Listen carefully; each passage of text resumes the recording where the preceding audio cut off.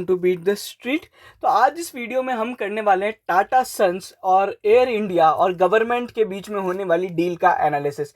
इस वीडियो में जानेंगे कितने रुपए में गवर्नमेंट ने यहाँ पे बेचा है, कितनी डेट गवर्नमेंट के पास रह गई है, कितनी डेट टाटा सन्स के पास है, क्या मार्केट शेयर हो चुका है इंडिगो के कंपैरिजन में, अब कंपनी को क्या क्या करना चाहिए, टाटा सन्स में यहाँ पे क्या क्या चीज़ें एक की इवेंट है देखने के लिए, कौन सी कंपनी के थ्रू खरीदा है, क्या इम्पैक्ट है, न्यूज़ क्या थी, पहले टाइमलाइन क्या हुआ, इशू क्या आए, कितना पैसा गवर्नमेंट ने गवाया है और क्या क्या बाकी इंपॉर्टेंट की फैक्ट्स और फिगर्स, कितने लॉसेस किए हैं, ये सारी चीज़ों पे अपन बात करेंगे।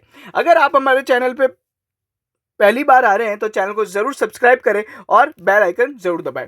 चलिए, ये जो डील की गई है बेसिकली 2700 करोड़ रुपए में यहाँ पे इसमें कैश इन्फ्यूजमेंट है। अगर अपन समझे तो बेसिकली यहाँ पे टोटल जो इसकी नेटवर्थ वो वैल्यू निकाली गई है 18,000 करोड़ की डील है। 18,000 करोड़ की डील में से 15,300 करोड़ की डेट ले ली जाएगी। ठीक है, मतलब 18,000 करोड़ में से तो 15,000 करोड़ आप डेट दे दोगे टाटा सन्स को कि ये आपको पे करनी है, और 2700 करोड़ रुपए यहाँ पे कैश दिया जाएगा। ठीक है, और वहीं पे जो गवर्नमेंट का यहाँ पे बेसिकली यहाँ पे इसमें अब 3,000 करोड़ का जो टोटल यहाँ पे एक्सपेक्टेड यहाँ पे आउटगो था। ठीक है, तो अब यहाँ पे क्या होगा, थोड़ा बहुत एक्सपेक्टेड आउटगो 300 करोड़ का इस हिसाब से भी हो रहा है, क्योंकि कुछ और चीज़ें भी यहाँ पे करनी पड़ेगी, बेसिकली रिफर्बिशमेंट वगैरह और बहुत सारी अदर चीज़ें भी होंगी। अभी अगर आप ये समझना चाहते हो, बहुत से लोगों ने पूछा था कि टाटा सन्स ने ये कौन सी कंपनी से खरीदा है, कौन सी इंपैक्ट यहाँ पे करेगी, कौन से शेयर को लेना चाहिए, तो मैं आपको बता दूं टाटा सन्स ने इसको जो खरीदा है, इनकी एक होल्डी ओन्ड सब्सिडरी है टेलिस प्राइवेट लिमिटेड के थ्रू खरीदा है। ठीक है, तो टाटा सन्स ने अपनी एक होल्डिंग अपनी एक ना सब्सिडरी, प्राइवेट सब्सिडरी के कारण से खरीदा है, और बेसिकली वो कंपनी यहाँ पे अनलिस्टेड है और इसको बाकी और कंपनी से कोई भी यहाँ पे लेना देना नहीं है। ठीक है, तो कोई भी किसी अदर कंपनीज पे यहाँ पे इंपैक्ट नहीं आ सकता। हो सकता है टीसीएस पे थोड़ा इंपैक्ट आ जाए बिकॉज अब टाटा सन्स की डेट बढ़ गई है। ठीक है, बट यहाँ पे ओवरऑल ये भी बोला जा रहा है कि टेलिस प्राइवेट लिमिटेड और यहाँ पे अगर अपन बात करें टाटा सन्स की, तो उनकी काफी अच्छी यहाँ पे हेल्दी पोजीशन है। ठीक है, सो दे कैन बियर। उसके अलावा अगर अपन देखें तो होल्डिंग कंपनी का जो नेट डेट है वो भी ठीक ठाक है, तो यहाँ पे उन पे इतना ज्यादा इंपैक्ट नहीं आएगा। ठीक है, उसके बाद अगर अपन देखें तो इनमें क्या कौन कौन सी मिल रही है कंपनी 18,000 करोड़ में, टाटा सन्स एक तो एयर इंडिया को लेगा, और उसकी एक और जो सब्सिडरी है एयर इंडिया एक्सप्रेस जो कि लो कॉस्ट कैरियर है, और 15% एयर इंडिया सेट्स जो कि यहाँ पे ग्राउंड हैंडलिंग और अदर एयरपोर्ट सर्विसेज का काम करती है।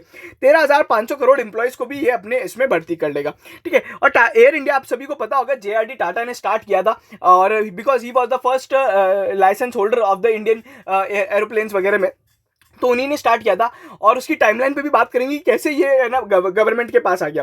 ठीक है, उसके बाद टाटा ग्रुप्स के अगर जो चेयरमैन एमर्शियस है रतन टाटा, उन्होंने बेसिकली यहाँ पे बहुत ही अच्छा मैसेज लिखा था, और बेसिकली अभी अपन मैसेज पे भी बात कर लेंगे। तो वहाँ पे उन्होंने जेडी टाटा की फोटो डाल के बात करी थी, और वो बोले थे कि वेरी स्ट्रॉन्ग मार्केट अपॉर्चुनिटी है। ठीक है, और हमें वापस हमारी चीज़ मिल गई है, वो भी हमें हमारे लिए खुशी और रेपुटेशन की बात है, एंड जेआरडी टाटा का ये सपना था। तो overall that is a narrative comment, उसमें कुछ फैक्चुअल चीज़ें नहीं है, सो वो तो आप सभी वैसे भी देख सकते हैं। इन इमोशनल नोट है ना, ये उनके लिए बेसिकली टाटास के लिए एयर इंडिया केवल एक नॉर्मल चीज नहीं थी। ठीक है, because air India was one of the first success story for the Tata group. ठीक है, और वो उनके एक पुराने आदमी का है जेआरडी टाटा, जो कि बहुत ही नोटेड इंडस्ट्रियल है, और तो इसलिए वहां पे उनके पास एक उनका इमोशनल कनेक्ट भी था। ठीक है, अब इसके साथ एक और आदमी का इमोशनल कनेक्ट था, तो वो भी देख लेते हैं। वो कौन था इमोशनल कनेक्ट देने वाला, तो अजय सिंह था। अजय सिंह कौन है? Ajay Singh basically spice jet के चेयरमैन है। उनकी जो बिड आई थी वो 15,100 करोड़ रुपए की लिए आई थी। ठीक है, और वो जो कैश देने वाले थे 2265 करोड़, और जो डेट रिटर्न करने वाले थे 1285 करोड़। तो हर चीज में उन लोग ने है ना, टाटा सन्स ने इनको आउटबिड कर दिया। ठीक है, तो बेसिकली अजय सिंह भी यहाँ पे बिड कर रहे थे, और अजय सिंह यहाँ पे स्पाइस जेट की कंपनी जो लिस्टेड है उसके थ्रू नहीं कर रहे थे, बल्कि यहाँ पे अपनी एक है ना प्रमोटर एंटिटी के थ्रू कर रहे थे। ठीक है, अभी इनके पास आइकॉनिक ब्रांड्स है एयर इंडिया, इंडियन एयरलाइंस, महाराजा, और इनके 117 प्लेन्स है, और वहीं पे अगर अपन देखें 24 नैरो बॉडी प्लेन्स है, और इनकी जो रीच है बेसिकली इनके पास है ना कुछ की डेस्टिनेशंस है, और इसमें सबसे बड़ी बात यह है कि इनका जो मार्केट शेयर है वो आउट ऑफ इंडिया काफी अच्छा खासा है, तो वो बिजनेस काफी अच्छा है। ठीक है, तो यहाँ पे ओवरऑल यहाँ पे है ना इसकी जो नेटवर्थ वगैरह अगर अपन देखें तो टाटा सन्स की जो सब्सिडरी एयर एशिया भी इनके पास है, और एक यहाँ पे विस्तारा एक जॉइंट वेंचर है वो भी है, और दोनों ही कंपनियों ने यहाँ पे लॉस पुट ऑन करे हैं। अगर अपन देखें 1500 करोड़ के एक लॉस पुट ऑन किए, और विस्तारा का लॉस करीबन 11,612 करोड़ का है। तो ओवरऑल यहाँ पे क्या है, देखिए वो तो चीजें है ही कि यहाँ पे ना बीइंग एयरलाइन बिजनेस, यहाँ पे ना एक चीज तो है ही कि आपका जो कि आपका यहाँ पे है ना ऑपरेशनली प्रॉफिट में आना बहुत बड़ी बात हो जाती है। अब यहाँ पे बात कर लेते हैं सरकार के पास क्या क्या रह गया है। देखो बहुत ही सिंपल सी कहानी है, अगर अपन इसको समझे तो देखो टोटल डेट कितना था एयर इंडिया का। जो टोटल 31 अगस्त 2021 को जो टोटल डेट था वो यहाँ पे ग्रुप कंपनीज को मिला के 61,000 करोड़ था। उसमें से 18,000 करोड़ रुपीज यहाँ पे टोटल टाटा सन्स के बाद डेट भी चला जाएगा और टोटल यहाँ पे कैश भी आ जाएगा। तो इसको काट के यहाँ पे कितना बचता है अपना 46,000 करोड़। अभी 46,000 करोड़ के ऊपर अपन यहाँ पे ना करंट लाइबिलिटीज ऐड करना भूल गए थे, तो ये कुल मिला के करंट लाइबिलिटीज ऐड करके वापस ये फिगर 62,000 करोड़ पे चला गया। अब 62,000 करोड़ में से कुछ 14,700 करोड़ की यहाँ पे लैंड और यहाँ पे अदर बिल्डिंग असेट्स है, ठीक है, जो यहाँ पे ऑपरेशनली नहीं है और टाटा सन्स को उसकी जरूरत भी नहीं है और ना ही एयर इंडिया के बिजनेस में भी काम आ रही है, तो वो भी यहाँ पे सरकार बेचेगी, ठीक है। तो उसको सरकार बेच के अगर अपन वो भी सरकार का वो भी सरकार के पास जाने वाला है, वो अदर जो ऑपरेशनल एसेट्स है, तो इसको बेच के कुल मिला के यहाँ पे कितने डेट यहाँ पे रह जाती है। तो यहाँ पे बेटा मोटा मोटी यहाँ पे जो डेट रहती है वो 44,000 करोड़ की यहाँ पे डेट रहती है। 44,000 करोड़ की डेट यहाँ पे अभी भी यहाँ पे गवर्नमेंट के पास है, जो गवर्नमेंट चुकाएगी और गवर्नमेंट ने बोला है कि हम लोग पूरी की पूरी डेट चुका के रहेंगे, ठीक है। तो ये सारी चीजें हो गई है, ये पूरी डील की बात हो गई है। अब यहाँ पे टाटा सन्स को यहाँ पे क्या करना चाहिए उसकी बात करते हैं। टाटा सन्स को बेसिकली यहाँ पे ओवरऑल रिवाइवल तो करना ही पड़ेगा।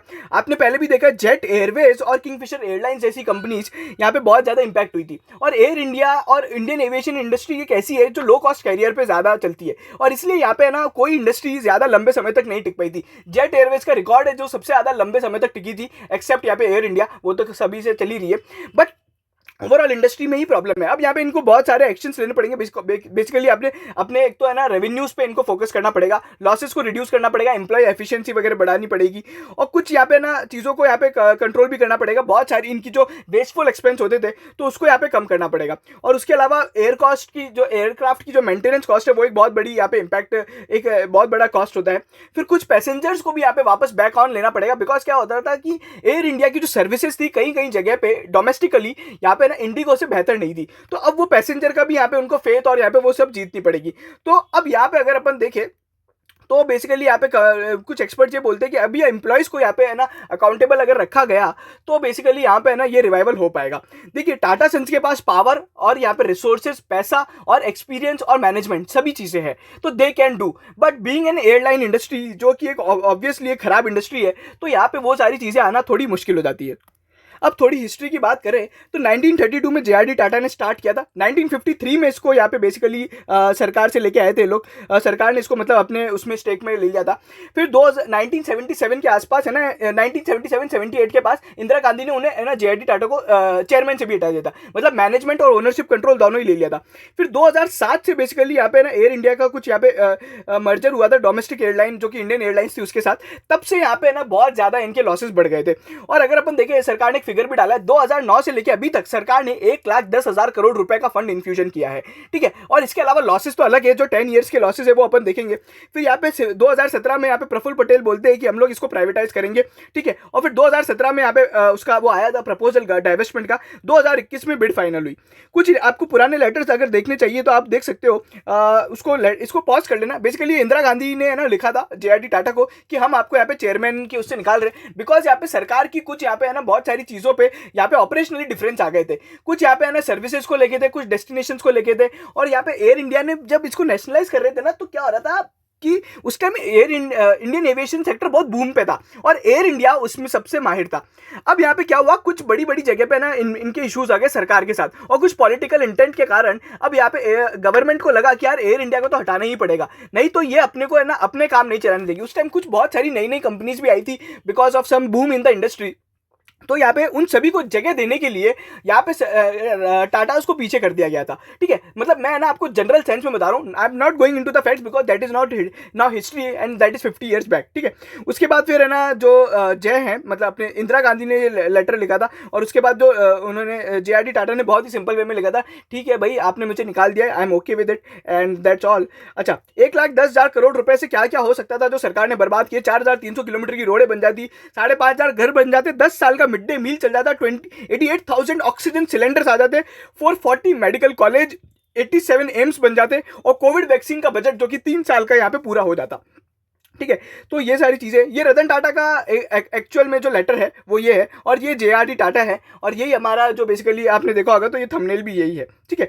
उसके बाद एन चंद्रकाशन जो टाटा सन्स के चेयरमैन है। अच्छा, रतन टाटा क्या है? रतन टाटा टाटा सन्स के चेयरमैन इमर्शियस है। इमर्शियस का मतलब होता है रिस्पेक्ट के साथ जो चेयरमैन बनाया जाता है उसे दिया जाता है। He is a non executive role. अब वो एकदम रिटायर्ड आदमी है, वो नॉन एग्जीक्यूटिव रोल में, उनको अपने ग्रुप के रेस्पेक्ट के कारण, अपनी रेस्पेक्ट के कारण ग्रुप ने उसे उन्हें चेयरमैन बना रखा है। और एन चंद्रकाशन टाटा सन्स के चेयरमैन है, जो कि पहले TCS के CEO हुआ करते थे।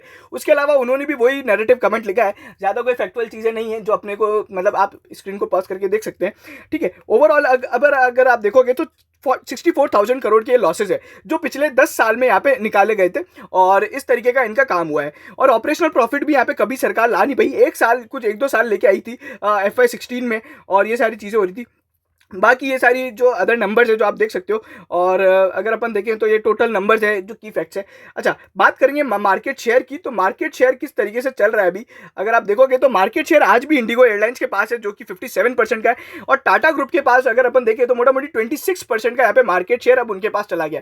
स्पाइस जेट और गो एयर अब यहाँ पे और छोटे होते जा रहे हैं, और हो सकता है ये मार्केट शेयर में और ज़्यादा चर्न रेट देखने को मिले, बिकॉज अब यहाँ पे एक प्राइवेट प्लेयर आ चुका है जो कि इंडिया की सबसे बड़ी वो चलाता है कॉर्पोरेट हाउस, जो कि $250 बिलियन का है, और पता नहीं और कितने बिलियन डॉलर्स हैं इनके ग्रुप में। तो इस तरीके से बेसिकली ये काम हुआ है।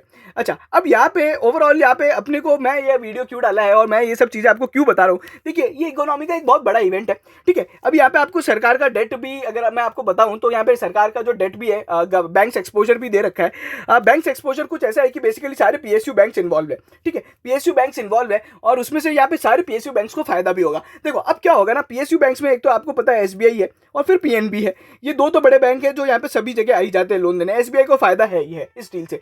अब एक और चीज क्या होगी कि सरकार पेमेंट तो करेगी डेट का, जिस तरीके से बोल रही है, ये जो बैंकों का लोन है 44,000 करोड़ का लोन, ये तो पे होगा ही होगा, और जो 18,000 करोड़ वो दे रही है वो तो डायरेक्ट यहाँ पे बैंकों को दे ही दिया जाएगा सरकार। अच्छा, इसमें से है ना 44,000 करोड़ का लोन ही यहाँ पे बैंकों के थ्रू है, बाकी तो अदर बैंक्स के थ्रू है या फिर अदर डेट इंस्ट्रूमेंट्स है। तो यहाँ पे क्या होगा कि एक तो सरकार पहले डेट क्यों भी नहीं पे कर रही होगी, बिकॉज यहाँ पे डील नहीं हुई थी, अब डील हो गई है, सब कुछ फाइनल हो गया है, तो यहाँ पे डेट का रिपेमेंट तो होगा ही होगा, ठीक है। अब कब होगा वो उसकी टाइमलाइन धीरे धीरे अनाउंस होगी, और वो SBI वगैरह या फिर बाकी बैंक्स भी इस बारे में बात कर लेंगे। तो that is an positive movement for यहाँ पे अगर अपन बात करें तो PSU बैंक्स के लिए पॉजिटिव है, and we remain bullish on the particularly this SBI bank, जो कि इंडिया का बहुत ही बेहतरीन बैंक है और बहुत ज्यादा आने वाले समय में एक वैल्यू क्रिएट करके दे सकता है। वो अभी एक ऐसा PSU बैंक है जिसने हाल ही में जो PSU सेक्टर में रैली आई है, या फिर वैल्यू स्टॉक्स में जो रैली आई है, ONGC या फिर कोल इंडिया या फिर कोई भी छोटी मोटी ऐसी कंपनी ITC जैसी रैली आई है, वो अभी तक SBI में नहीं आई। तो SBI could be the good यहाँ पे, अगर आपके लॉन्ग टर्म बेट के लिए एक बहुत ही अच्छा शेयर हो सकता है। अच्छा, उसके बाद अगर अपन बात करें एयरलाइन पे इसका क्या इंपैक्ट है, इंडिगो एयरलाइंस और स्पाइस जेट पे थोड़ा नेगेटिव इंपैक्ट होगा, because now a private player has been come, तो एग्रेसिव चीज़ें होंगी। दो इंडिगो एयरलाइंस यहाँ पे बहुत बड़ा है, बट अभी कुछ यहाँ पे एक और जो चीज़ें भी चल रही है, उनके प्रमोटर्स के बीच में डिफरेंस चल रहे हैं, तो वो भी एक नेगेटिव है। तो इंडिगो एयरलाइंस के लिए नेगेटिव है, और स्पाइस जेट की हालत फिनेंशियली तो वीक है ही। तो ये एक बेसिकली है जो इम्पैक्ट है इंडिया के स्टॉक मार्केट पे, वो बैंक्स और इंडियन एयरलाइन स्टॉक्स पे है। थोड़ा बहुत इंपैक्ट अपन TCS पे एक्सपेक्ट कर सकते हैं, वो इसलिए भी क्योंकि TCS is the cash generating for the Tata Sons. तो टाटा सन्स की कभी भी डेट बढ़ती है तो TCS से डिविडेंड या फिर बायबैक के थ्रू यहाँ पे वो फंड्स लिए जाते हैं, तो वो एक इंपैक्ट भी नेगेटिव हो सकता है। वैसे भी TCS के रिजल्ट आए, जिसका मैं होपफुल हूँ कि आई एक्सपेक्ट कि यहाँ पे हो सकता है TCS का जो रिजल्ट का इंपैक्ट है वो यहाँ पे मार्केट पे नेगेटिव रहे, बिकॉज जो परफॉर्मेंस रही है TCS की वो एक ठीक ठाक रही है, ना ही मतलब एस्टिमेट्स को बीट तो नहीं किया है, बट कहीं कहीं पे पैरामीटर पे एस्टिमेट मीट किया और कहीं कहीं पे पैरामीटर एस्टिमेट से कम आए हैं। तो ये सारी चीज़ें थी। अगर आपको ये वीडियो पसंद आया तो प्लीज़ प्लीज़ प्लीज़ चैनल को सब्सक्राइब करें, लाइक करें, शेयर करें, और आप हमें टेलीग्राम चैनल पर ज्वाइन कर सकते हैं, जो कि इंडिया का first automated stock market news feed है। सभी तरह की न्यूज़ सोर्सेज सभी जगह से आ जाती है। Thank you so much.